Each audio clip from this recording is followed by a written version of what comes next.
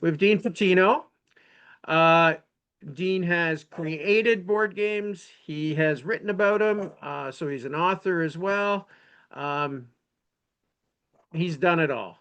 And he's going to share all the stuff he's done with us tonight. Um, how's that for an intro? There you go. Uh, so, Dean, we're just going to hand it over to you and go nuts. Okay, thanks. Appreciate it. And happy summer, everyone. Thanks for having me on to present tonight. So, just a disclaimer right up front, I'm not trying to sell anybody anything. It's just all about walking through how all of this started and where it's at today and why we're doing what we're doing with Baseball Classics. So I just want to make sure that's clear that that's my whole intent here is just to walk you through how all this stuff began. So what I thought I'd do is just start with a few slides, but then most of it is I'm going to be showing you things here on the screen. I'll show you the game. We'll talk about some other things as well as part of this journey. So if that sounds good, I'll go ahead and share.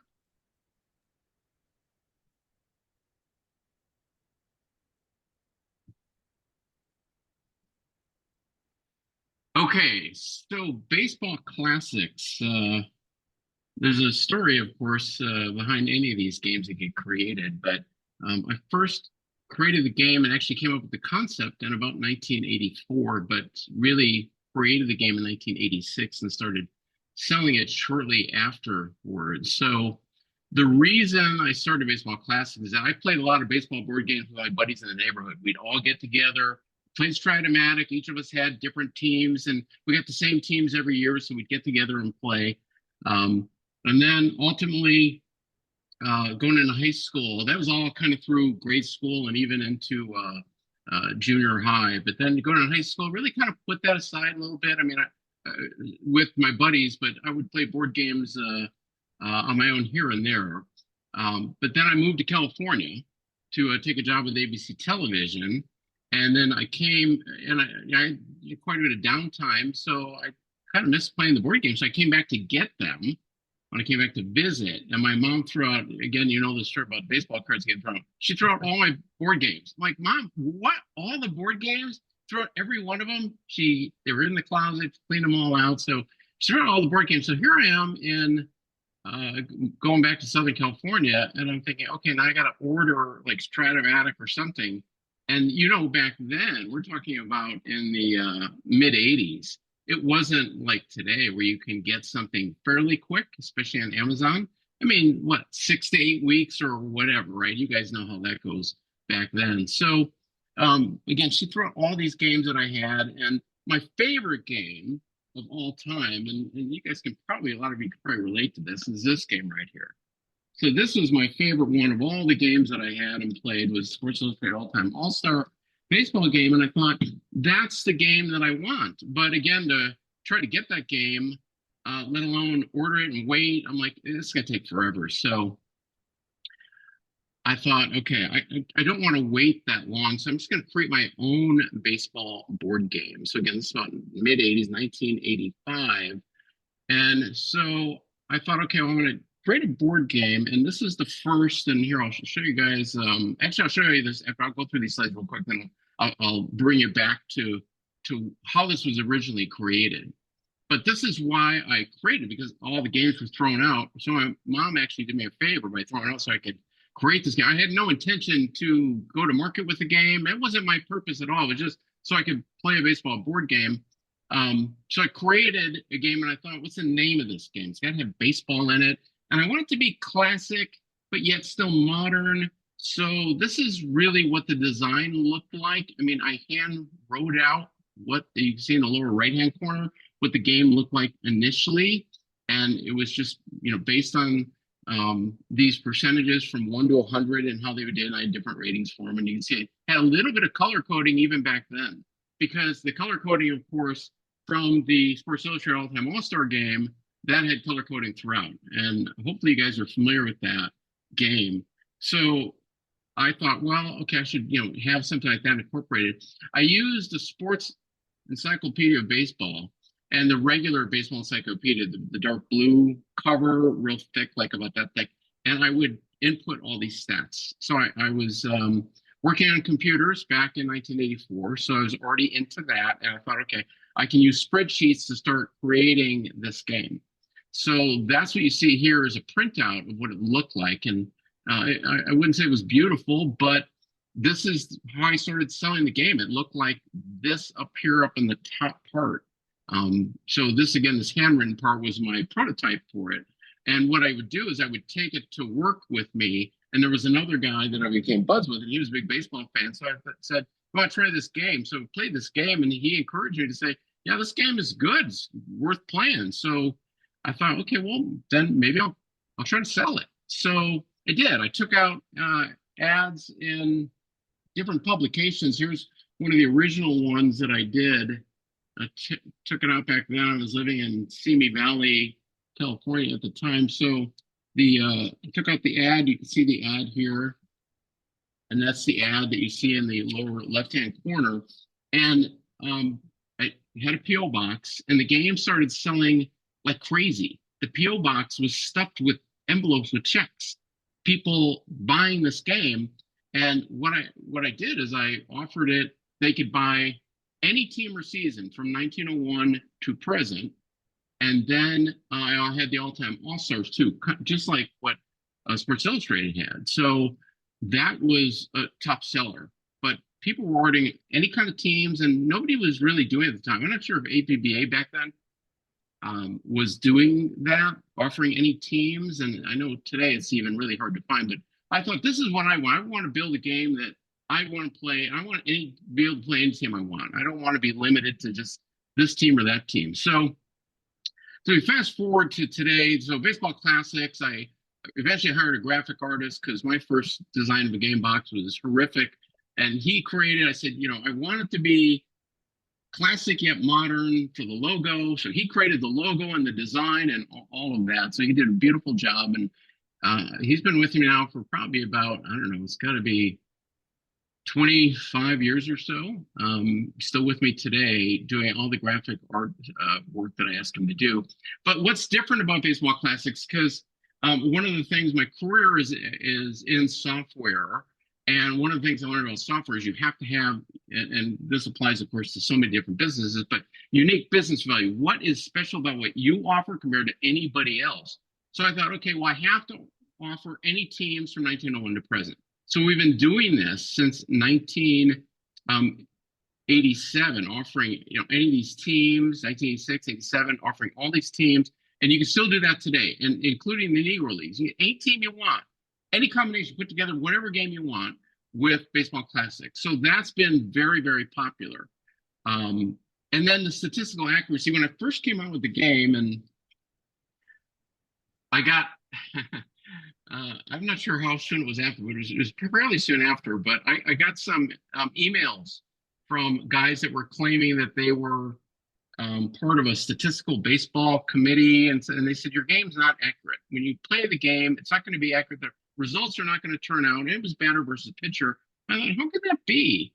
Well, they gave me some hints in terms of how to do it, and I thought, okay, so I was able to try out the way that I had it, and I saw what they meant. And then I had to come up with all new algorithms to change it.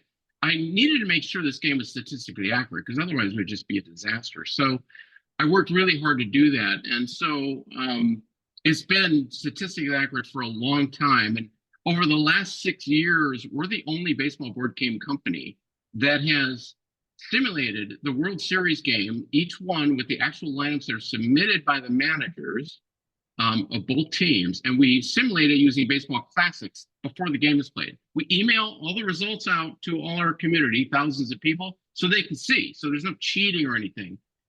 For the last 6 years, we have nailed who the World Series champion was before the World Series champion happened. And a lot of times they use the exact same number of games, sometimes the exact same total number of runs by both teams, almost the exact same, and sometimes the exact same total hits by both teams. So we were able to get, with Baseball Classics, the Washington Nationals, when nobody was predicting them, the Atlanta Braves, nobody was predicting them to win the World Series, besides probably their fans and their teams were hoping for that. But these were not just gimme World Series, but no other baseball game has done this publicly. To take this on, but I wanted to really prove out we have a great statistically accurate game. So that's where the proven statistical accuracy comes in. It's one thing to make the claim you are, but then to prove it publicly is another thing. So the other thing, of course, in creating this game and changing the design throughout the years is that it had to be fast to play and easy to play. And it had to be fast because I remember when I was playing board games, I wanted to play as many as I could within an evening or a Saturday afternoon to get as many games I could in. So I didn't want it to take forever. I didn't want to like Shirko Baseball was a great game, great design, but it took a long time to play. Now it was worth it, but I wanted to play more games quicker and solve the realism. So I wanted to make sure that Baseball Classics was fast to play, yet easy to play and easy to read. You see the first draft, the first copies we sold to Baseball Classics was not easy to read at all. So we've changed that.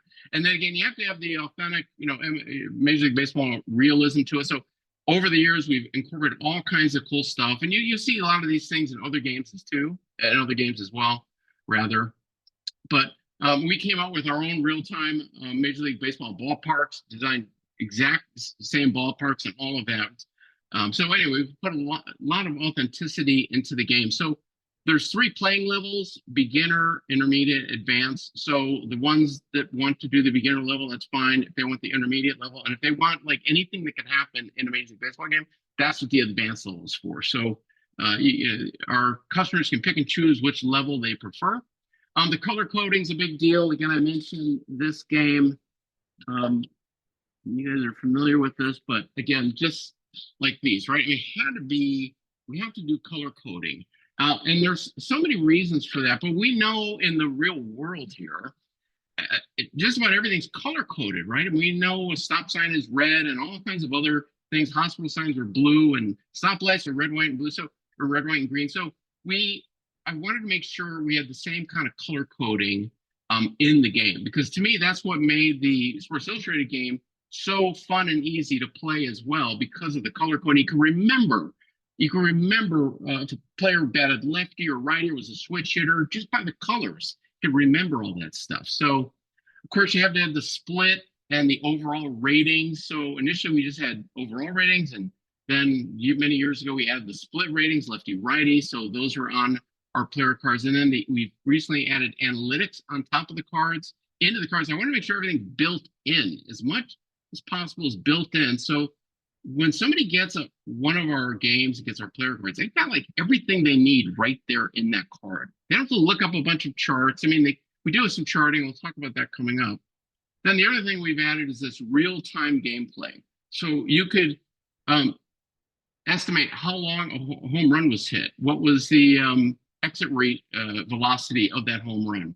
We have real-time fielding. We have balls and strikes in our game, and it's all realistic. We've run millions of tests to make sure of the realism of it, and we use the real-time, we call it real-time pitching. The real-time pitching, we use that in our simulations for the World Series. So and again, it's optional to play that way, but we built that in every player card. So we came up with these algorithms and tested them left and right to make sure they're going to be very accurate. And then again, we have these real-time game add-ons. I mentioned about real-time ballparks. We have other ones as well. Real-time Dugout Manager and another one as well. So anyway, it's the combination of all this that makes the game really special. So our game is definitely the highest priced game on the market. So before I get off of this slide, I just want to say that's the one thing that I've heard of the complaints of Baseball Classics. Everybody loves the game, but it's just too expensive. And that's because our game, our cards, I mean, and well, when I get off of this and get full on camera, I'll show you. We want to make sure we have a high quality product for our customers. We feel they deserve it. And all the other games are mostly monochromatic, black and white, and they're cheaply made. And we don't want to do that. We want to offer the best. So, and we have a lot of customers that will pay $250 for the all-time all-star great game that we have. And we never get complaints from the customers that buy it. They never come back and say, oh, it was too much. They love our game.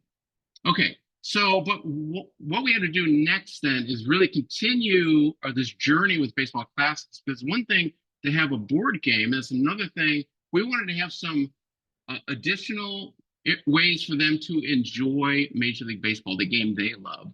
So we've came out years ago with Baseball Classics magazine, books. You mentioned about the books and then memberships as well. So I'll take you through our recent membership, and it's a software product that we offer in the market now. We just recently came out with that. So I'll stop there for a moment in case there's any questions, and then I'll continue on. Any questions so far? I had a question. You said there's the pitch by pitch mode, but it's optional. So like you could do that like late inning of a game if you wanted to, but otherwise just do kind of like the just resolve the result otherwise. Yeah, I'll show you how that works. I'll show you I'll demonstrate how the game gets played. So I'll get to that in just a moment. Any other questions? But I will cover it. It's a great one.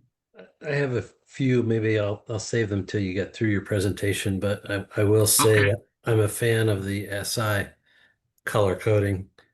Yeah. I'm As a big fan of it. I make my own charts, and I've actually transferred the color coding over to another similar game as Well, well. I mean, in the history of baseball board games, which dates back into the 1800s, and even Lou Gehrig created his own game. You know, he never went to market or anything back in the day. So baseball board games have been around for a long time. But I think Sports Illustrated, whoever came up with that design, was just genius. And even the accuracy of it is really good. I mean, it's not where Stratomatic is, but it's still pretty darn good for Yeah. that kind of a game. And to do it all on a sheet with having one team, the batters in the front, I think they did a phenomenal job. And again, really great to play. Yeah, Okay. the pitchers they didn't get right, but that's okay. Yeah. Okay, so this is the original. This is the original prototype of Baseball Classics game. So I picked out all the different teams that I wanted to be able to play. So again, all handwritten. I did it all, with the computer, with the calculator to calculate everything out. This is the original rule book that was created for it, and then the charts. And we're going to talk about charts coming up, but the charts look like this. So it's pretty rudimentary, but again, the PO box was stuffed day after day with people ordering the game. I mean, they would fill out the order form. Let's see, I have a copy of it here.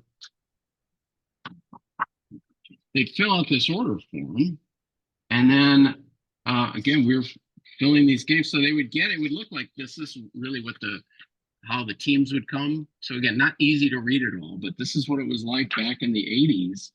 And then over the years, I decided, okay, I'm gonna have to start to change this up. And so then came out with a version of it that started to look a little bit like again, I'm not trying to claim it looks exactly like it. Started to, get the color coding in there. Kind of like the Sports Illustrated. Again, it's kind of an insult to compare it to it, but you guys get the idea. I really wanted to get the color coding into the game.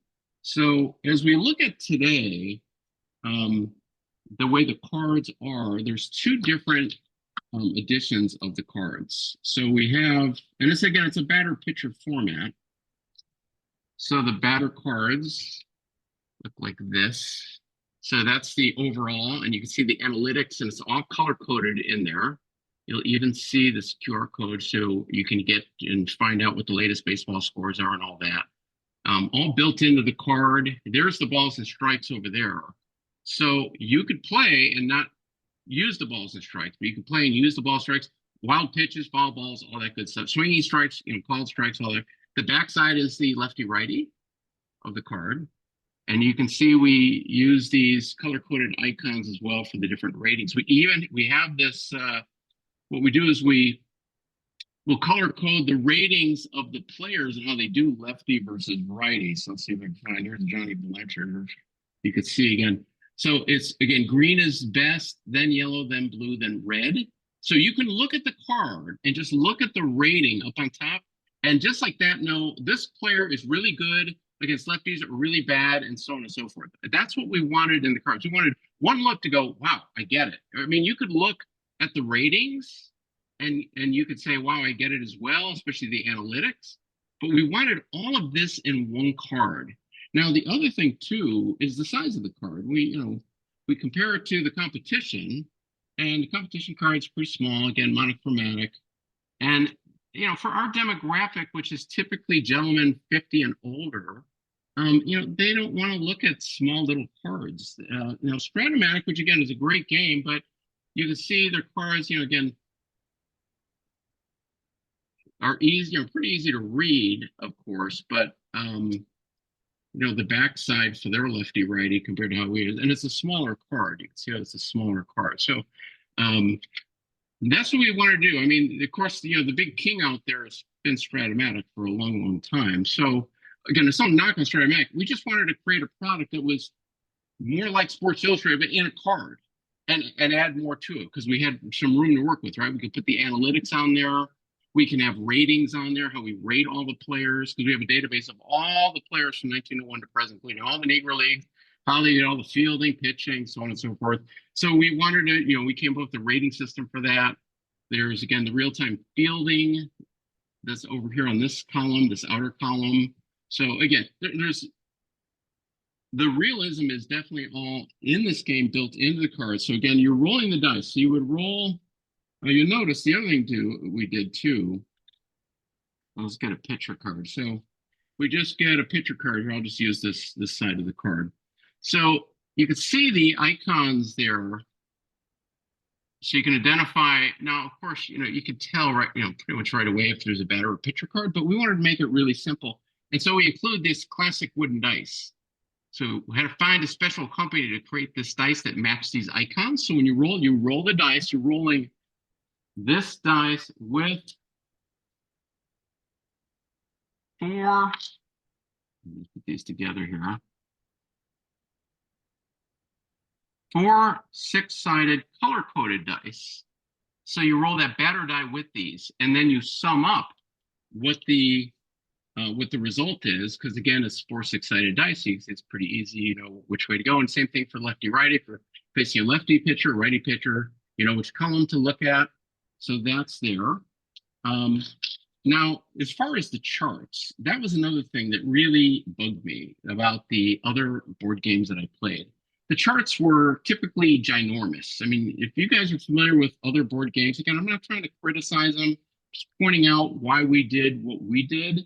When you look at like Stratomatic or some of these other ones, I mean, right, it's like this, and you're trying to play, and you got charts that are gigantic. The cards are smaller. So we wanted to make sure our chart cards were the same size as the player cards. So all the chart cards are the same size as our player cards. So that's what you get, because you don't need all the charts, everything on a chart in front of you at one time. If you're bunting, you just find that one. If you're doing fielding, or we have all kinds of stuff in here. So you would just use the chart card that you're using at that time when you're playing. So we wanted to make sure the charts were not these ginormous, bloated, black and white, monochromatic looking charts.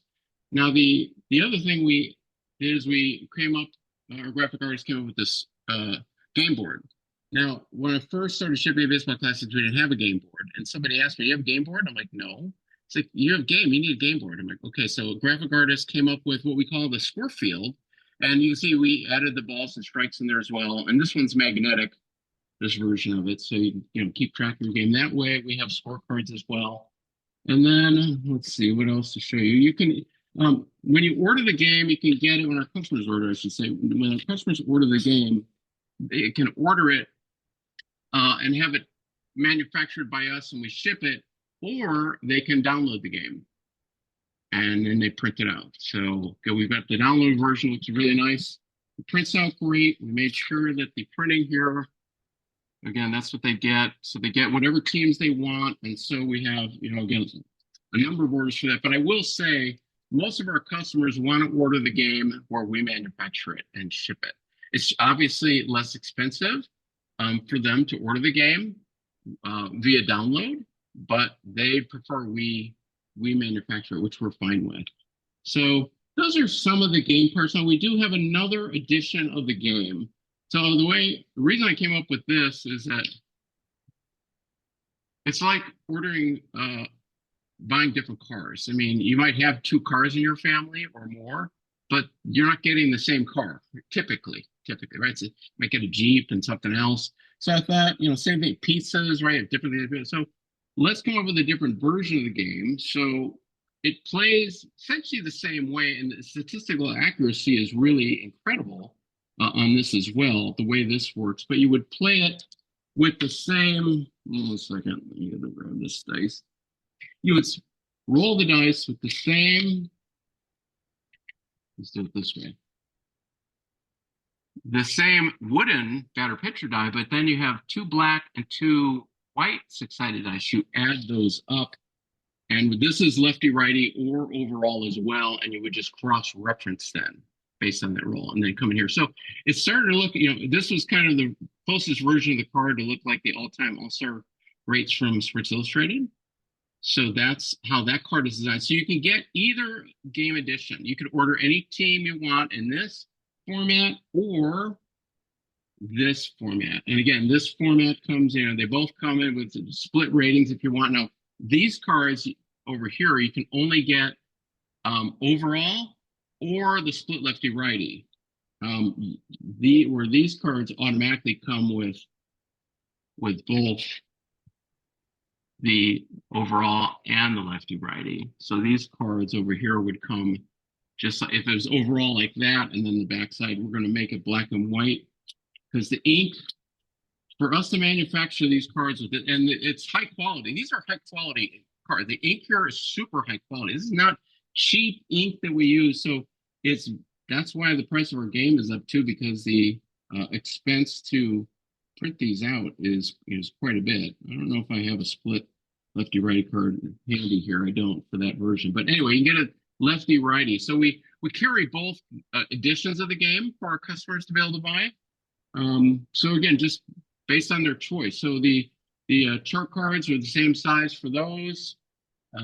So anyway, that's how the game is played. So lefty righty, split rating if you want, or overall, and then you roll those dice. And again, it's a batter pitcher 50-50 matchup. So that's how the game is designed to be colorful, easy to read. That's why we have these bigger size cards compared to the competition, especially if you compare it to this, right? I mean, it really looks tiny. So we want our cards to be easy to read for our customers. We don't want them to struggle when they get these cards. We want them to be able to look at it and go, okay, yep, I get it. I know how to play. And then we have our website with our store, and you can get, again, any kind of combination that you want of teams and build the game that you want, or we have package games too. The #1 seller of all time by far continues to be this one right here in the center. This one right here, this one. That's our #1 game. This all-time all-star greats game it's #1 every year. It's more people want that game. So again, we sell a lot of other seasons games. Sometimes people are ordering games that are more or teams that are more recent. Other folks are ordering stuff or teams from the early 1900s, and then there's kind of a mix. Some people just order a whole mix of them, which is probably the way I would do it if I was ordering from us. I would order some teams from the early 1900s, and then mid, and then of course later, and probably even some present day ones. So we do have this Real-Time Dugout Manager add-on that we offer as well. Now, Real-Time Dugout Manager, created this as kind of a challenge, really. I thought about, okay, what could we add to baseball classics? I mean, our whole mantra is being a next generation company. By next generation, we want to stay ahead of the game. We want to keep giving the latest and greatest. So with this, it was, okay, you can play the game with, against someone else if you want to, and you can use these strategy manager cards. You're going to, hold a runner or send a runner, and so you could use those real-time strategy manager cards. But what if you don't want to manage both teams, you don't want to play against someone, there's nobody else to play with? Well, we created a real-time dugout manager so this real-time dugout manager will manage everything and anything about either side of the ball. So either it could take a team and manage that entire team throughout the entire game. It'll do pitching changes. It'll do pitch hitting, when to steal, when to try to throw a runner out, when not to. I mean, it does all that. In fact, it's all that in. So if you want to play against something else and there's nobody else to play against, you could use Real-Time Dugout Manager to play as well. So it's kind of a lot to go through in a short period of time about what's inside and how Baseball Classics is created, how it gets played. But it plays pretty quickly. I would say the average gameplay, if you're trying, let's just kind of say the intermediate, maybe 15-20 minutes a game, something like that. So plays pretty quickly. Okay, so I'll pause there before I go into the next part of this. Questions? I'll ask a couple. Okay. So I'm familiar with your game. I don't own it, but I'm familiar with it. I have a ball strikes game that I've put together, and I think you alluded to this, but maybe you could explain a little bit more detail how you determined what ended up going on the card for balls and Mhm. strikes and balls in play. I know how I ended up having to do it. It Mhm. wasn't a formula. Mhm. Well, it wasn't easy. It took several months to come up with algorithms that would map these correctly. And I'm not trying to profess, by the way, that the game is perfect. And when you play it, like if there was a game that played tonight and we created cards based on how those players are right now, you play the game with our game, it's going to be exactly like that. Because of course, even if those same players and teams played like right away the same, it would never be the same result. So it's going to Yeah. be done, but it's going to be again pretty darn close. But as far as to answer your question about the algorithm, so we had to think about, okay, first of all, what goes into this?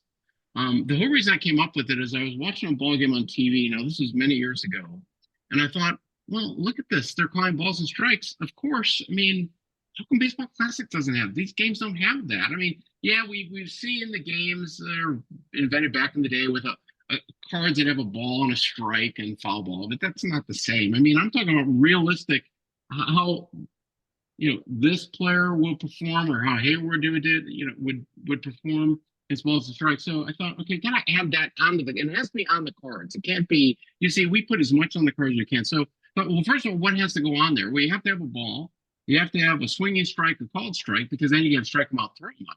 You have to have foul balls, you have to have wild pitches on there. So I thought, okay, those are all the things we could put in there. We have pass balls in our play action simulator. So I left those off, but I thought, okay, let's now work. What's the algorithms to create so it's going to be accurate? And so we just looked at how many times a player would strike out and what's the average time a player would foul off a pitch versus um, have a called strike versus having a swinging strike. And then based on how many times a pitcher would strike out a batter or a batter would strike out against a pitcher or walk with the balls, right? So it took a while to come up with the formulas to say, okay, this is about how many times a ball would happen. And it's again based on 4 6-sided dice with the, now you add this to it, right? So it was really complicated, but that's why we did initially well over 1 million tests it took to get it down, to get it right. And then we tested it with the World Series and we saw it was accurate. It was, certainly within the ballpark, so to speak. We thought, okay, we've got it. We've got this formula down and we don't need to change it. I mean, there's a lot of tweaking. They go up to the million tries and all the tests, but that's really what we did is we looked at the number of strikeouts and walks for these folks. Yeah, that's basically what I did. Baseball Reference has, for modern seasons, it has uh, actual data for, strikes and balls and Mm-hmm. balls in play and foul balls and all that. But if you just put that into a simulation, you don't get the strikeouts and walks and whatnot that you would expect. And I'm theorizing that's because in real life, each pitch isn't a random event. It's depending on the context of the at bat and the pitch count. And so what I ended up doing is I ended up basically doing a simulation to reverse back into the mix of balls, strikes, foul balls, Mm-hmm. balls of play, and so on. So I was just curious how you did it. Um, the next question is kind of a business model question for you. And I know you went from kind of selling cards individually or by team or what have you to more of a subscription model.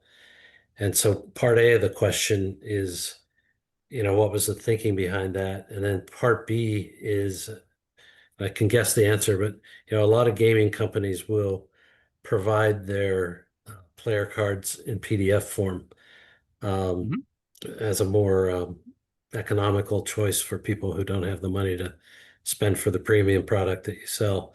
So any thoughts on the business model? Yeah, sure. Well, we do offer it in PDF form. That's where they can download any team, Okay. any teams they want from 1901 to present, including the all-time all-star greats that we offer. So we've been offering that for, oh my gosh, a long, long time. So our Okay. customers could definitely do that. Now, though, what we've done to help them with, for those that are more cost sensitive, is we offer our cards in black and white if they want them. So we will sell them black and white if they want that. Now, I have to say, this is not popular. They would rather pay for the full color than they would the black and white, which saves them quite a bit. But they don't want the savings. So we thought, well, this will be popular, the black and white. And the download, same thing. Really, we don't get too many download orders. And I'll talk about the membership stuff and what we do there right after we're done talking about the game. But um, it's Okay. proven to us time and time again, people want us to ship them a full color game. That makes sense. It's a pain in the butt to print and cut your own cards. I know that. Well, again, I will say again, this ink, you can't smudge this ink. This ink is, the colors are, I don't know if how they really come up on a camera, but they're absolutely beautiful. They're not Yeah. cheap. This isn't some kind of cheap inkjet ink or anything. This is You're printing. great ink. So we wanted it that way, because the last thing I would feel terrible, and really I want to make sure we treat all our customers the way I'd want to be treated. I would feel terrible if a customer had this card and did this, when they're Yeah. holding it and there's ink on there and it's smear. I would feel awful. I don't want to sell a product like that. I want them to have a product that they can enjoy, and they wouldn't enjoy that. So My last question was just curious your thinking, because you had the decider die, and for some period of time you had the three six-sided dice that you hmm added together, hmm hmm and then at some point you added the fourth. And uh, this is just my own personal preference. I think hmm three would have been enough. So why did you go to hmm four? Okay, no, great question. I didn't answer your subscription question. That's the world that I've been living in for decades now, of customers subscribing to stuff. And of course, we've all been living in that world for a long time with Amazon and other stuff. You subscribe to things, and your Wi-Fi at home and blah blah blah. But I wanted to make sure we were generating recurring revenue in our business. So that's the reason we brought the subscription model in. I'll get to more on that in just a bit. But when Baseball Classics first came out, it was, let's just say it was like this. Well, the first cards were 2 six-sided dice. That was it. Then we went to this, 3 six-sided dice. Now, we always had, now at the time, we had a binary die. We didn't have this cool batter pitcher classic wooden die, but it still was the same model, right, with the batter pitcher card. So, but this is what we did. And then I thought, okay, wait a minute. I want more statistical accuracy than Stratomatic can have. I want at least as much, if not more. So now instead of doing this,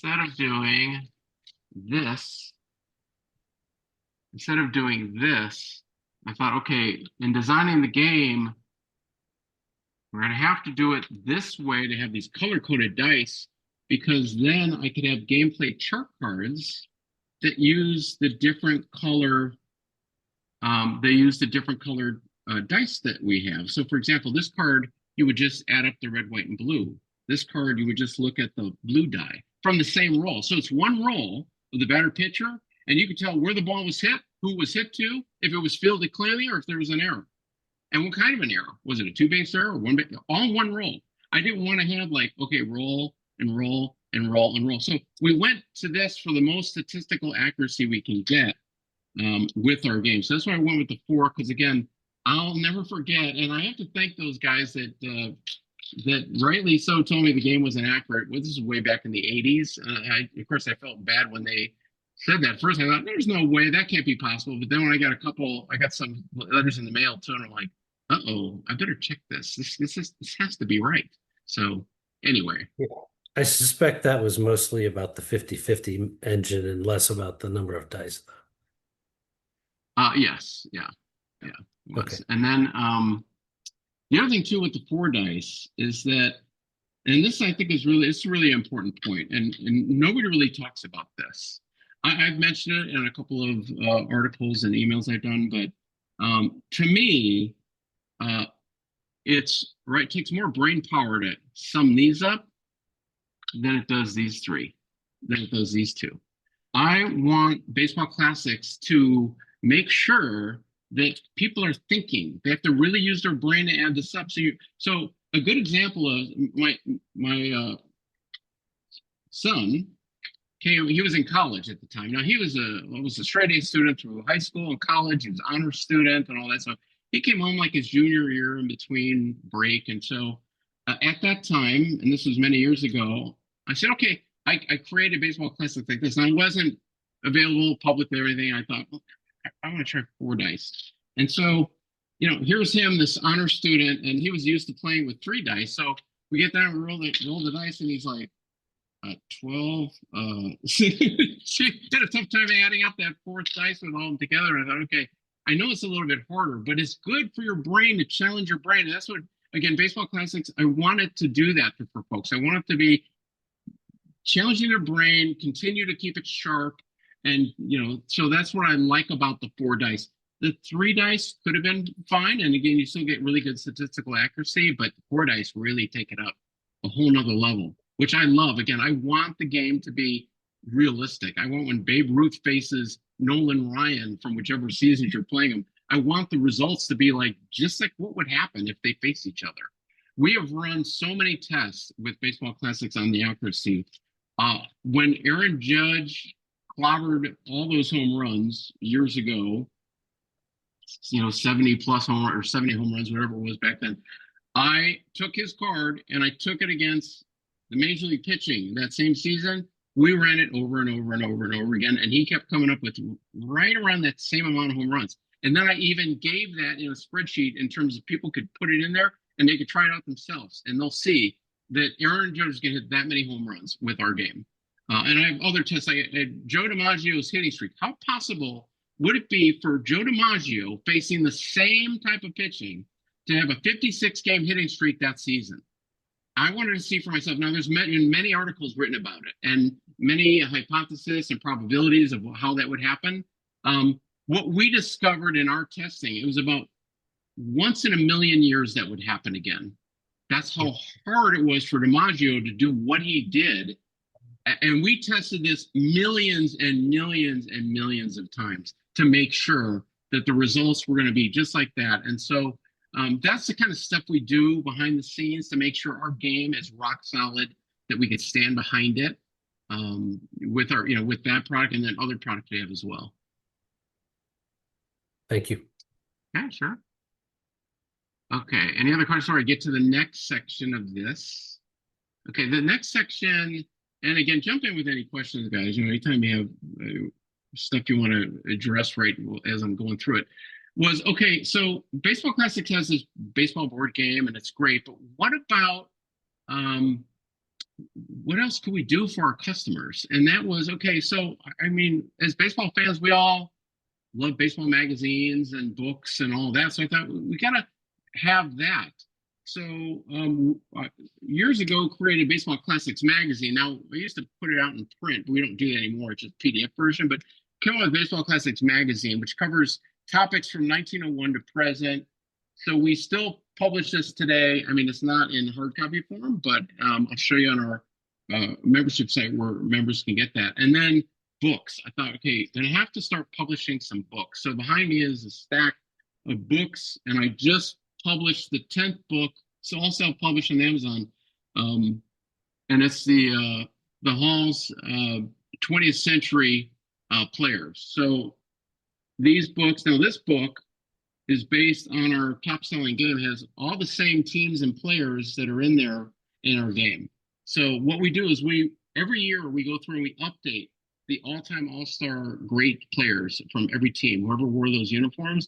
And some players, of course, get kicked out because somebody else more recently has replaced them with better statistics. So again, we rate all the players, we have all that, and so this book is like a chronicle of all those players on every team. So it's like 2 first basemen, 2 second basemen, so on and so forth. So we've come out with, again, a number of books. We have them. Again, I've created all kinds of different books. This is all about the tobacco set, the T206. This one, Lineup Mastery, is all the great lineups in baseball history, why they create them, how to create a lineup. This is all the seasons from 1901 to present. So every single season, all the standings in there, right up about all the seasons. This one is every single team in the American League. So this book here. So again, this one's like, what is it, 500 something pages, something crazy, 600 some 700 something pages, this book. So War and Peace in print is about 1,200 to 1,400 pages. So this is not War and Peace, but if you put this is the American League with the National League together, it's about the size of War and Peace. So anyway, and then other books as well. Now, I'm not claiming to be Bill James. I mean, he's certainly the king here, and I again tip my cap to him. But I wanted to make sure we had some publications out there for our customers to read and dive into. So that takes me into what we offer in our memberships, again, to add recurring revenue into the business model as opposed to the one-time purchases. And so we reward our customers that want to do that. And we have, quite a few members, but we aren't pushing this every day. We aren't running ads to get members in. They just kind of come in when they come in. But here, I'll share my screen and show you what our latest membership site looks like.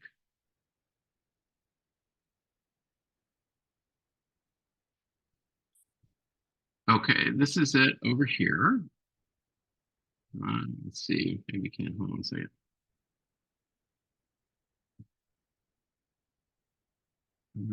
Where did that go so full screen? Hold on a second.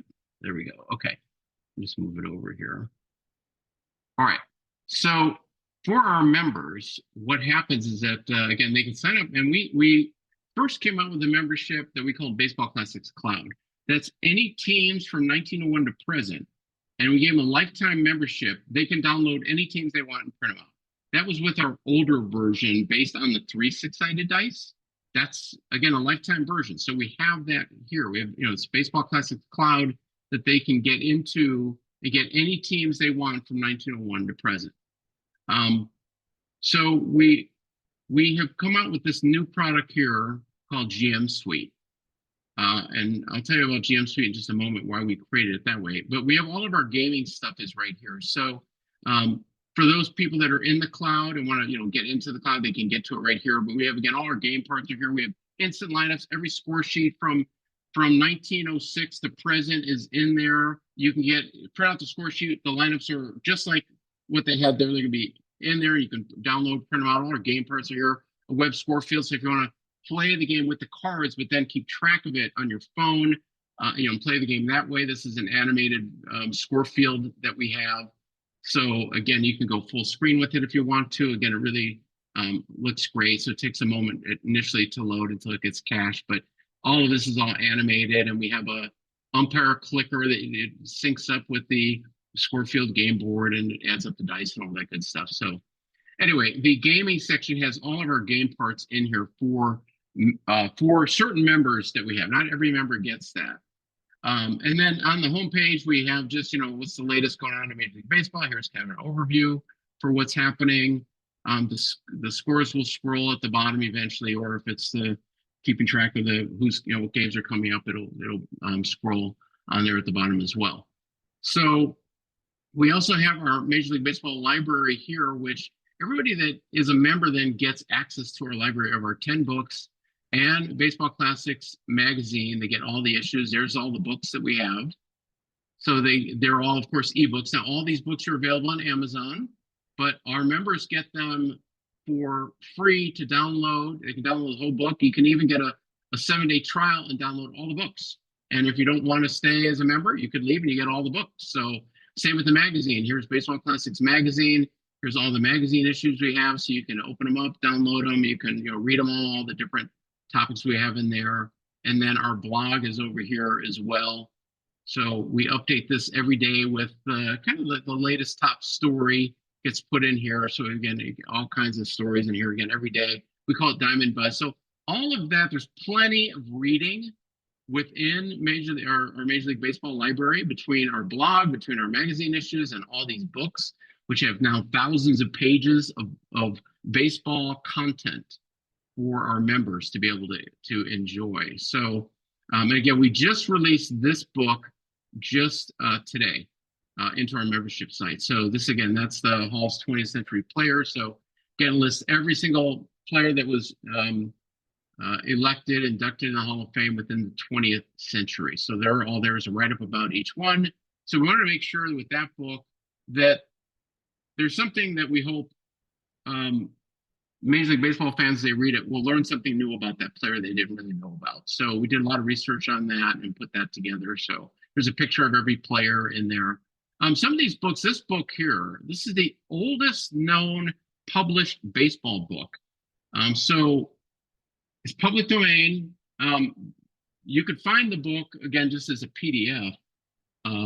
But as far as the actual book, I mean, really only at an auction these days. I mean, this is really virtually, I don't want to say impossible to find, but you're really lucky if you can come across this in some kind of an auction, this book. So we did this book and made all the pages exactly how it was done back then. So the cover is different, but all the pages inside are just how the book was written up, word for word, paragraph. There was misspellings, I left them in there from the top of one page, the bottom of a page, the same amount of words, same paragraphs, just the way they had it done, the pictures in that. So I wanted to be able to bring that into here, bring some history in from all the way back in the 1800s with the earliest known published baseball book.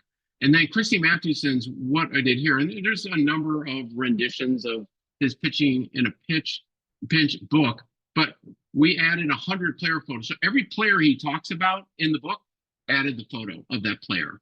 So that's all, in the pitching in the pinch book. And again, we got a number of these other books as well. So anyway, all of our members get that when they come into Baseball Classic. But here's GM Suite. Now, GM Suite, the reason we came up with GM Suite is, okay, so yes, today you can go to all kinds of different websites and get all kinds of different information. But I thought, okay, you got to consolidate this to make this easier for Major League Baseball fans. So one of the first things we have in here is Real-Time Diamond View, which gives you all the latest and greatest of what's happening right now in Major League Baseball. So we pull in Major League Baseball's breaking news.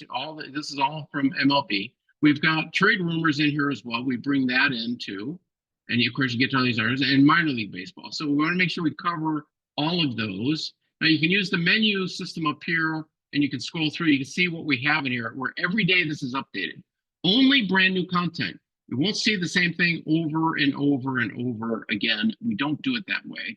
So here's the top story of the day from, now this was of course from yesterday, but so you get a top story. Typically there's a video that goes along with it that our members can watch. Here's the scoreboard. Here's, what's going on. This is what happened yesterday, but you can go all the way back to 1901 and pull up what happened in any game. So not just the current game, but I wanted this to be really special, to be, to show the scoreboard and show again a lot of information about what's happened in the games and filtering out. So it's, if you can tell which team is ahead or which team won a game, if they're in bold, so, or if a game was, tied or whatever the case is. So we have all that here within the scoreboard. We have the standings here, of course, as well. Leaderboard, who's leading in home runs in Major League Baseball. Game of the day. This is a game that we featured because it was a pretty exciting game or something really crazy about it. Game highlights. All the games are always going to be posted here. All these different things. Again, these change every single day. They're never the same. We change them every single day to make sure of that. Now, this is a trade that took place several days ago. Typically, this wouldn't be here, but I left it up here for you guys so you could see any trades that take place. We also give them analysis as well. We grade them. And again, all the transactions are here. So again, all this is just in one screen. You don't have to flick over to different websites, different pages. There's a quote of the day.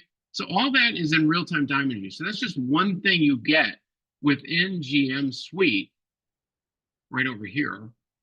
Then we have our Diamond Data Explorer, where you can explore data from any season, dating all the way back to 1876. And you can use a heat map. And again, you can swap these columns around. You can do all kinds of cool filtering, but it's by season. We're working on one that's going to have it across any seasons with all kinds of other cool stuff in it. But that one's not available right now. But this one is: the batting stats, pitching stats, fielding stats, all teams, filter on player, filter on just certain teams you want. So if you go to a different season, let's go back here into the, I don't know, let's go to 1920. You'll see just those teams that played back then will show up. So anyway, that's Diamond Data Explorer by season. So you get all the stats right here that you want to look at. And this is, by the way, this is all the way updated through today, through 2025. So all the stats are current, and that's every day. Our vaults are here as well. Let's come back here and kind of show you the vaults. So we have our box score vault. This is every box score from 1901 to present. So you see what we're going for here. We want to give our customers, let's go to 1982, and we'll pick, August 13th, Friday the 13th. We'll select a game from there, maybe the Yankees at White Sox, and get that box score from that game. You can show it color-coded as well. Again, as you know now with baseball classes, we're big on the color codes. Who had the better game from the lineups from each team, and there's the monsters. You can also get a post-game analysis. This is AI generated, so we added AI into a lot of this for any of these games from 1901 to present, including, again, like today's game, yesterday's game. You can get all of that in our box score vault.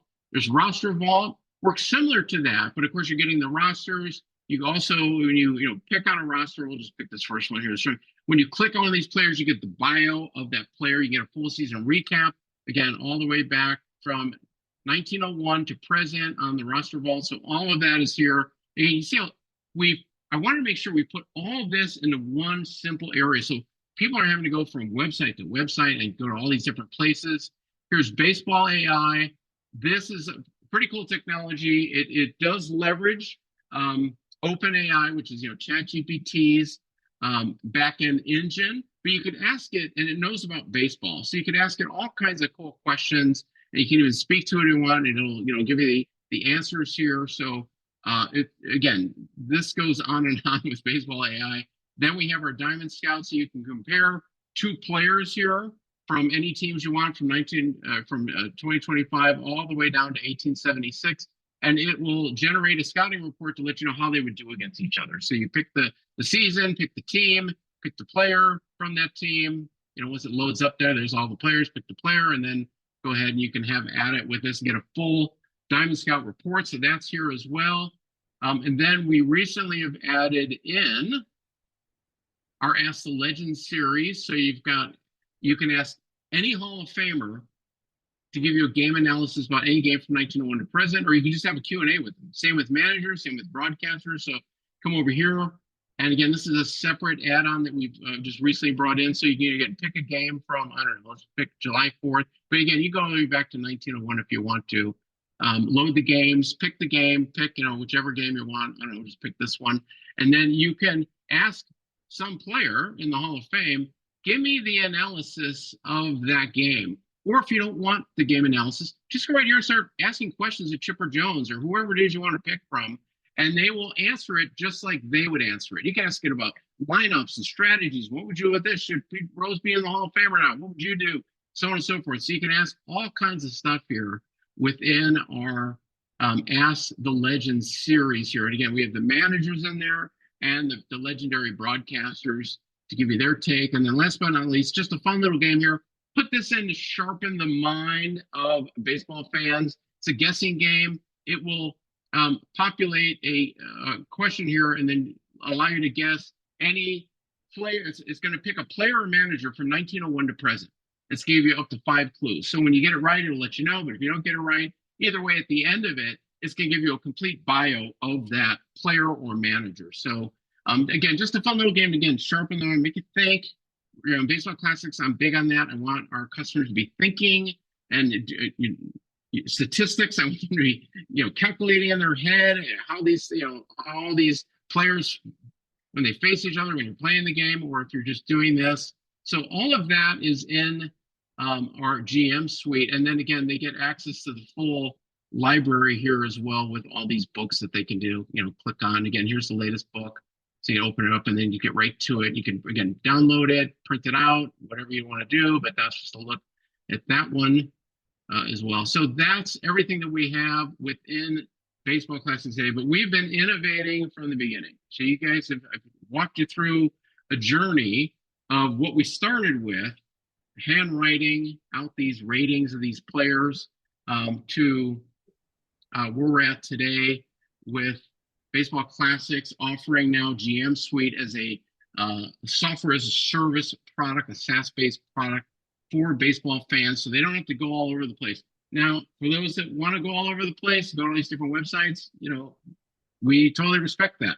But we wanted to make it simple. Just like Baseball Classics, we wanted to build stuff into the cards, make it easy, one place to do it. Same thing, you have one place to come to, and you can get all this great information. And again, it's very affordable as well. We made it very, very affordable.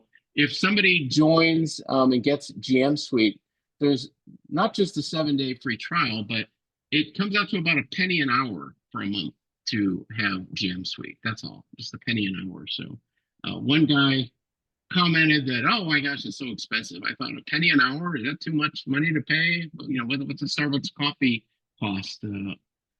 Just a little bit less than that.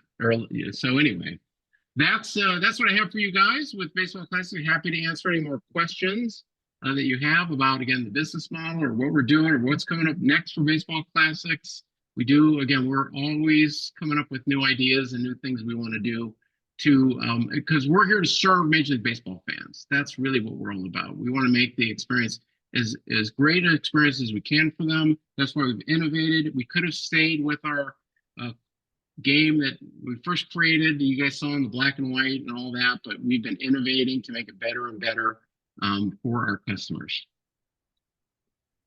Hey, Dean, I have two questions. One is, so are you able to select a group of curated teams? In other words, if I wanted to get the 2022 Dodgers and the 1915 Phillies, or in other words, I can actually buy it, and I don't mean the PDF, I mean the actual player cards for, say, 20 teams. Either way, we'll either manufacture them and ship them, or you can download them. Either way. Now, when we say download them, the download isn't immediate for them, except for our cloud customers get that. But what we do is we package them together and then we email them to you. And it depends, right? Because a lot of times we're picking teams that are all over the place, and we have them, of course, organized by season. So we have to pick like the 70. I just had one the other day, the 78 Orioles and the 2005 White Sox. Are just kind of all over the map, which is fine. But you can still actually get the player cards for those teams. Yeah, and we've been doing that ever since this first ad. You put them in our website. Same thing. You just type in the teams that you want. Mm-hmm. That's a big separator. I was just at the APBA yearly convention a couple of weeks ago, and that's just one of the things that APBA refuses to do. They will offer a grouping of greatest teams. But, and I understood why John Hurston decides not to do that, but I just think it's a little bit of an opportunity loss when you can actually sell, the individual teams. Sometimes people don't want those. Yeah, it's so funny you say that, because again, you can't do it with Stratomatic either. You never could. I could never get that with Stratomatic. You can't order any teams you want. Now they have a lot of different assortment of packages and teams, which is great, but when you want your teams that you want to play, you want those teams. You don't want what Saturday. Now, again, sometimes people are happy with what they're saying. You got to take these teams. I want the teams I want. I don't want what you want. I want what I want. So and I almost feel like I would be willing to pay a premium if I could get the teams that I wanted. Because if I'm not, for example, a season replayer, then frankly, getting 30 teams from one season isn't going to do me any good. If I want to curate a group of teams that I want. So that's a great separator for you. Well, that's what we've been doing from the beginning, because that's what I always wanted. The other thing too that I didn't mention, we have 28. I'll show you guys this. We have 28 player cards, up to 28 per team, because some of the older teams didn't even have rosters with that many players. So we offer up to 16 position players and 12 pitchers. We also created this and added this. Here's team batting stats color coded for every single team. When somebody orders that, they get the pitching. You see, it's all color coded with the analytics on there. And then we even have, let's see if I can find that real quick.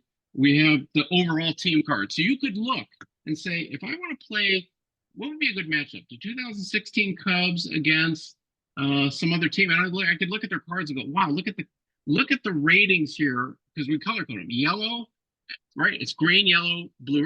Right, yellow's pretty good. I want them to face a team that's batting against yellow, stuff like that. I forgot to mention with Diamond Scout 2 within GM Suite, once somebody runs, no, excuse me, it's roster ball. When somebody runs a roster, when they get that report on the roster, it gives them 3 teams that would be a competitive team to play against that team of that roster. So we suggest 3 teams for them to say, oh, if you are interested in the 1972 Astros, who would be 3 other teams that would be competitive? And again, from 1901 to present. So again, we use AI for all of that, but we try to make things as easy as we can for our customers. No, that's terrific. I got one more for you, and then I don't want to monopolize the questions, but in the All-Star set, the set that you say is your most popular seller, what season do you actually create for that player? Is it a composite of all their seasons, or is it a specific season? Yeah, it's a career. Definitely based on Okay. the career of the player. So and we don't just do it based, like, for example, if a player played 12 years on the Dodgers and 2 years at the end played 1 year on some other team, we don't just take the Dodgers. It's based on the full career. Got it. Because Okay. and the reason is that's a lot. It would take a lot of extra work to do it just if we had to break down the stats by who they played for, when they played for them. So and again, everybody loves it. Nobody's complained. Yeah, It's by far our #1 seller. that's great. Thank you. Welcome. So I had one more question, and hopefully this isn't too personal, but I've asked it of other game designers and creators. But is there a succession plan? Like, will baseball classics live on, 50 years from now?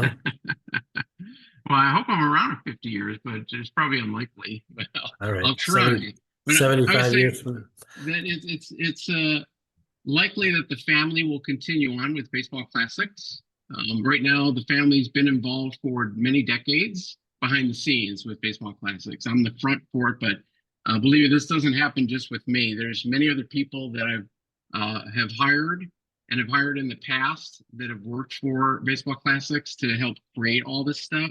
And really, what I've asked them to do is all the operational stuff, so I can do all the creative stuff and create new products, new books, new games, new this, add more features into baseball classics. That gives me that freedom, of time to be able to do that. So I would say that likely my son would probably continue on with baseball classics. He's the oldest of my children, but my daughters are also very interested, and son-in-law, and so it would continue on through the family's way, I would see it. So, and it's built to last for a long, long time. Good. Yeah. Yep. The context So the context for my question is mhm. that I've spent a lot of the last 3 years looking at games that were popular in the 70s that didn't last. And so I'm trying to revive them, but I would have been just as happy if they had lasted.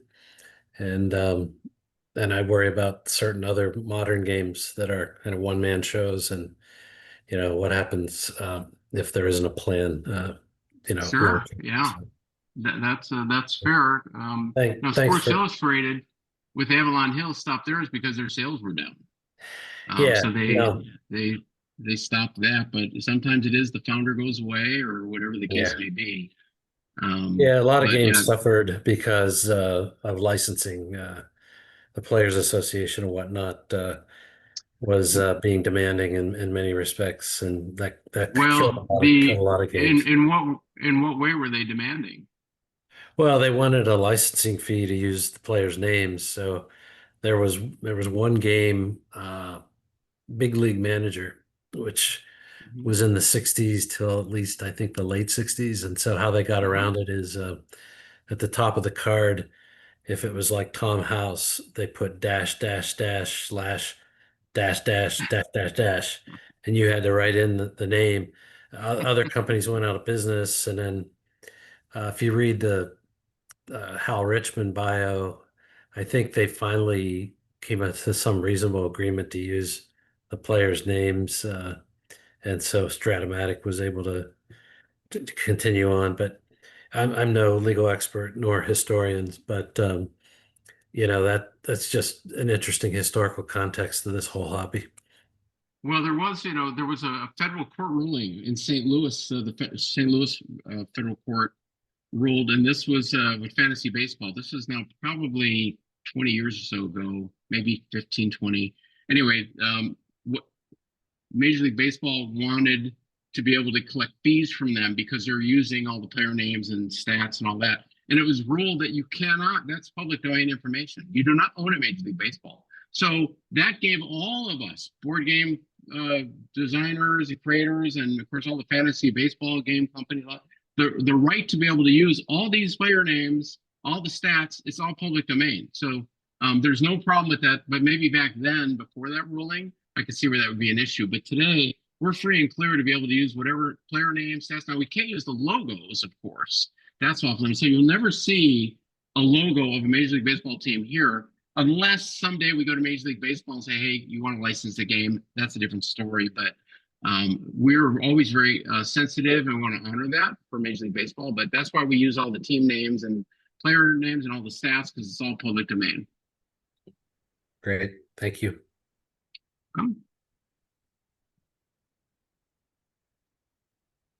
I had a question about whether you have any plans, and maybe it's part of the website already, but to offer something where you could do like an online head-to-head versus, I guess is, that part of the members site that they would be able to play each other online in some capacity.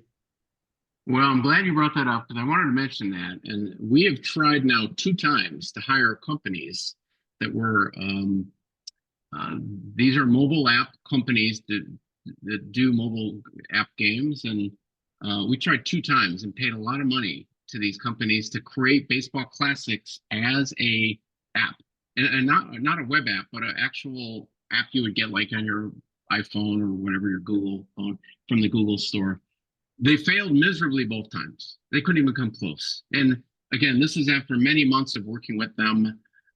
So after 2 strikes, I said, okay, that's it. I'm not going to do it again. We're just going to stick with the board game. It's turned out to be so complicated for them, for these companies to be able to handle all of this stuff.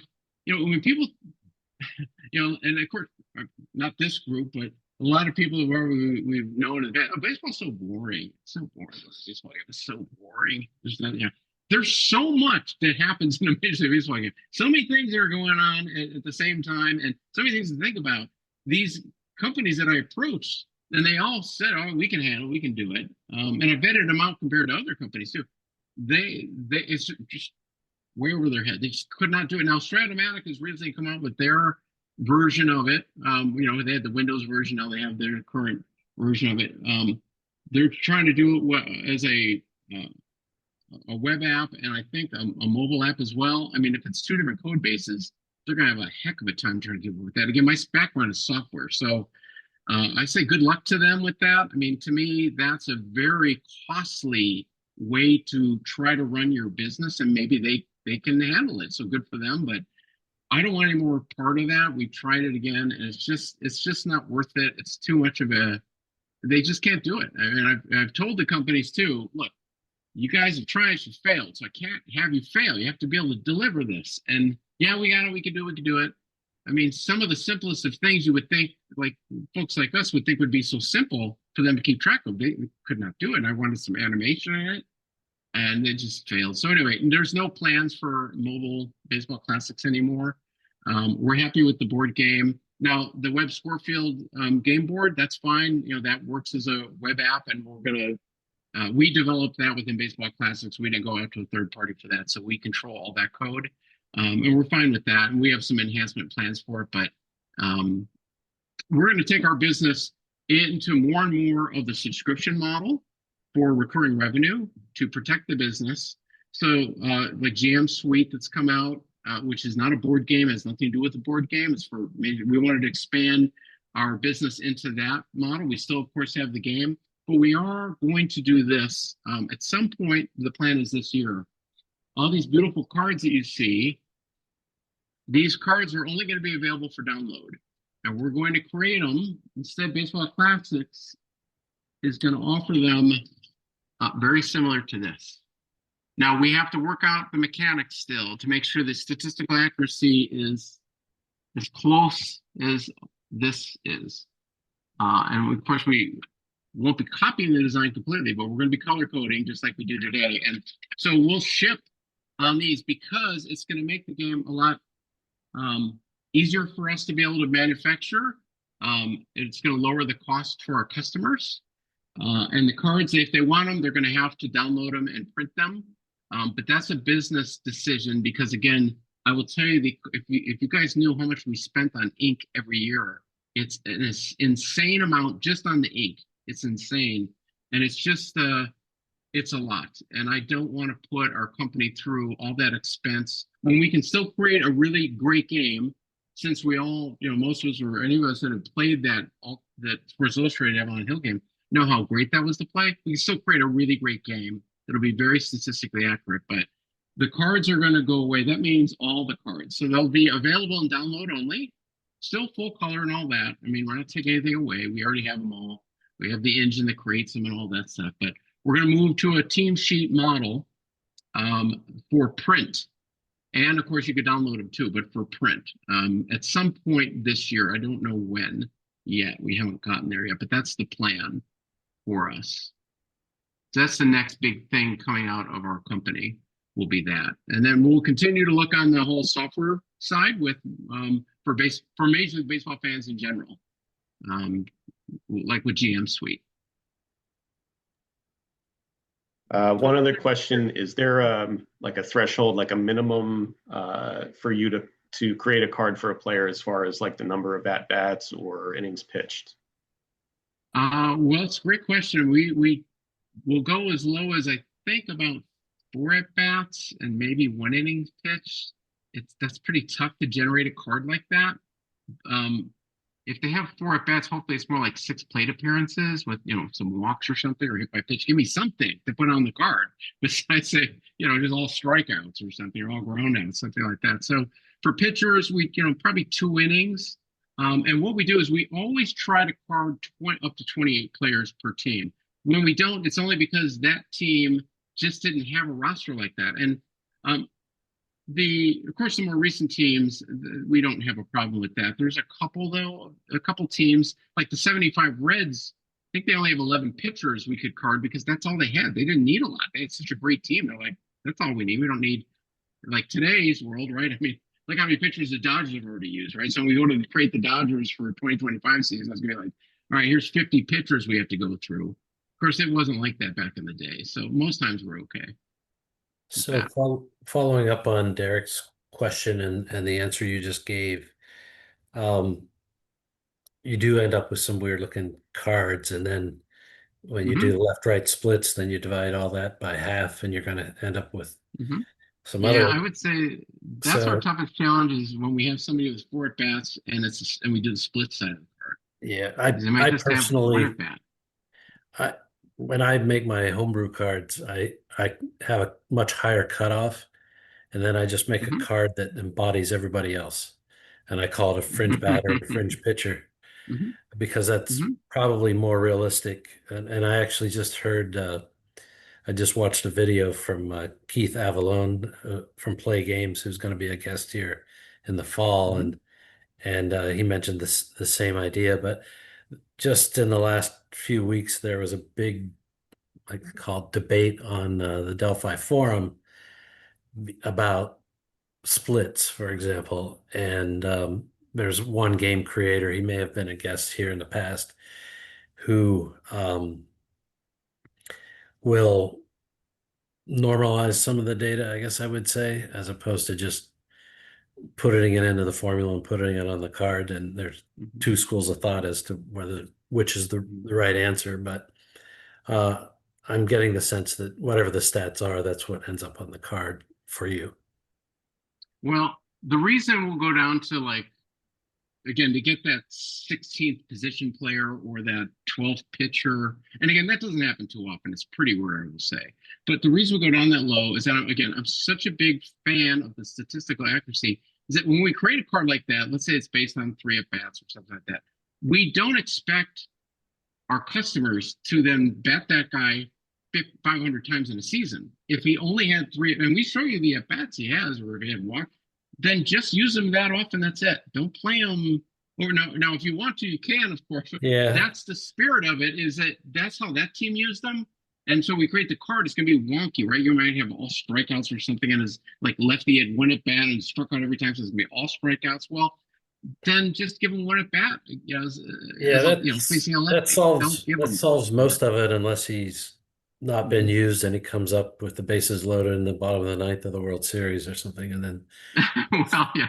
I mean, of course, I guess that's kind of like any game. You could kind of, mess with it like that. But that's the reason we do. We want the authenticity of, if a guy only had 5 at bats or something, we're going to leave him in, because we want to do our best that we can to give you as many cards as possible. Because one of the things I heard was we only had 24 players before, which I thought was pretty good. But we heard complaints. Oh, there's only 24, and this game gives me this many and this many. I'm like, okay, we'll go up to 28. And a lot of rosters, of course, don't even have that many players back, because we have to keep into consideration. We're talking about teams that we covered from 1901 to present. Now, these teams in the 1920s, they didn't have 28 players on their team. So, but that's why we do the best we can with it. We'll just try to. That's the only way, I guess, if we call it normalized, which I'm not a fan of at all. I just want it to be authentic. We thought if we had up to 28, it really covers more modern day. But yet, hey, if that's all they had back then in 1916 on a team, nothing we could do about it, but just create that for them, because that's what they had. And then it's up to our customers how they want to play it. But we want to honor and respect the way the game was played when it was played by those teams. I lean that direction until the small sample size gets too small. But there's two different schools of thought on the subject. And as long as people know what they're getting, it's all good. Yep.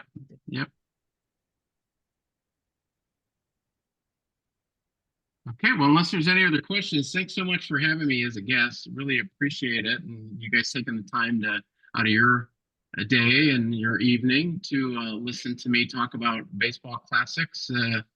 Something that, of course, me and all of our team behind Baseball Classics are very passionate about. So I have a great team of people. Again, Baseball Classics wouldn't be where it is today without the support from my family and friends that have been behind it for many decades, from the beginning, starting with that guy I worked with back in the 80s, who played the game with me as a prototype at lunch.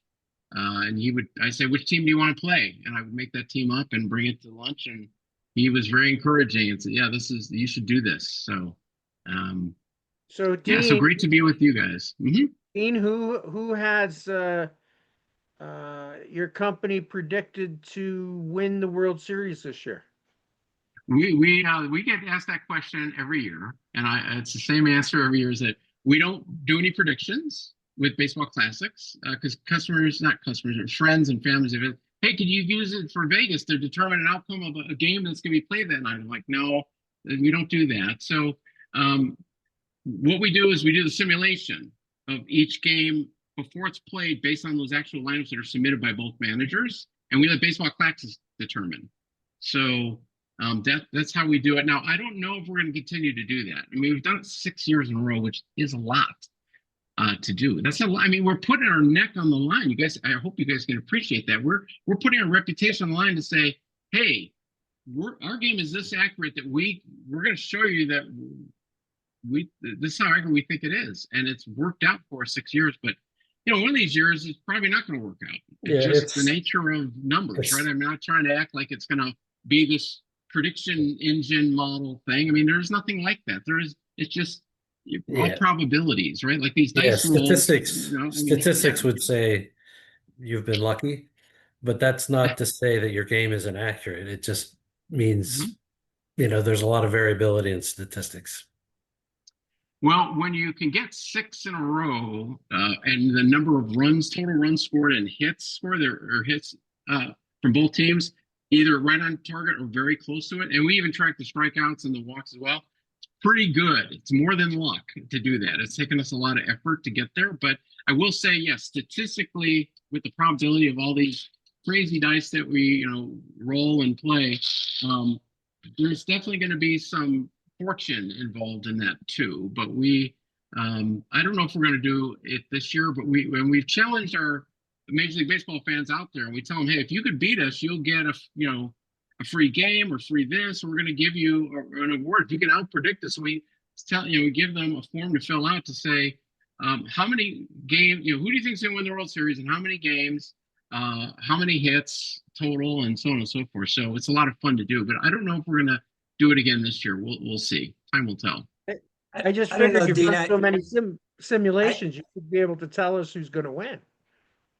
I know. That's the question where you should take your game to Vegas, and I'm like, no, I don't want to. No, I'm not looking for that. I'm just looking. I'm just looking for your best guess. I'm also curious if you agree with Michael K this week, saying the Blue Jays are not a first place team, despite them being ahead by 3.5 and 4 games probably after tonight. As you can see, I'm a Blue Jays fan. I hope Mhm. you've noticed that behind me. I did, yeah. But yeah, I'm curious about that as well, because actually I'm for the other guys. I mean, Derek knows I've written the article. I don't know if Andy and Steve have read the one I posted. I was starting to work on another one about the whole Pythagorean theorem statistic and what I think of it. And Michael K has really helped me, I guess, to write it now, because when I was planning to write it, it wasn't a big discussion, but now it is. So Well, I am definitely not one to say the Blue Jays are not a first place team. If you're a first place team, you deserve it. You're there. How you can't go by the numbers, right? I mean, the numbers speak for themselves. If they won more games than anybody else and you're in first, then you're a first place team. It's that simple. You can't. I don't know how you could claim somebody. That's like saying somebody's not a last place team if they're in last place. Yes, you are. If you're in last, you're in last. I mean, we know is baseball, of course. I don't say all about numbers. It's mostly all about numbers, but I mean the numbers speak for themselves. There's a reason the Blue Jays swept the Yankees are in first because of it, and you just have to congratulate them. You can't be knocking them and saying they're not a first place team. That's just not how I do it. So I go by whoever did it, did it. And if you win the World Series, if you had the worst record in the postseason of the teams that made into the postseason, you still won the World Series, you're the World Series champion. It'd be like saying, no, you're still not the World Series champion. It doesn't go by who had the best regular season record and then it's over. It's now you got to go compete against each other. And if you beat out the other teams that had better records, like the 2001 Mariners, right? Everybody thought they were a cakewalk to be the World Series champions. Well, they got smoked in the first playoff round. So that's how baseball is. That's what's great about it too, right? We don't know what's going to happen, and who would have really thought? Here we are on July 8th that the Blue Jays would be in first place at this time. Not too many people would have predicted that. The experts probably wouldn't have predicted it, but here they are, and that's what's again so great about baseball and a lot of sports that you see. It's all about what's in here, right? I mean, sure you have to have the talent, but if you get it up here and here, you can go really far. So good for the Blue Jays, what I say.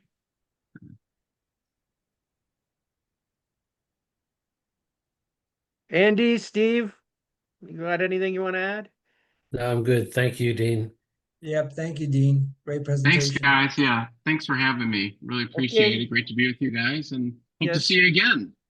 Thank Happy you to so do, much, Dean. do Derek, another. you've got all kinds of stuff to tell us about coming up. Well, Although yeah, I'm sure even yeah. Andy already know. Yeah, Dean, again, thank you. I mean, tremendous amount of content. I didn't even realize, besides the game, how much content you had on the members' website there. And it's really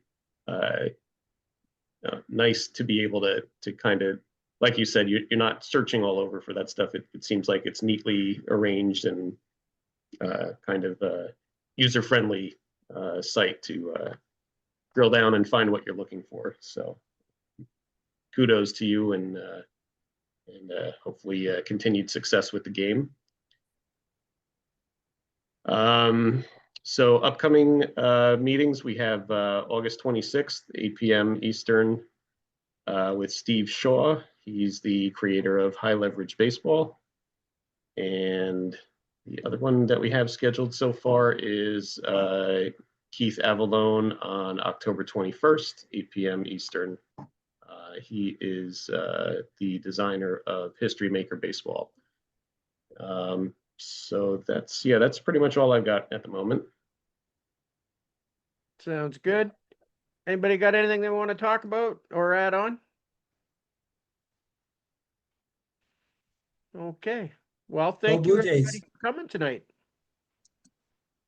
And just so you know, the Jays are up 6-1 over the White Sox.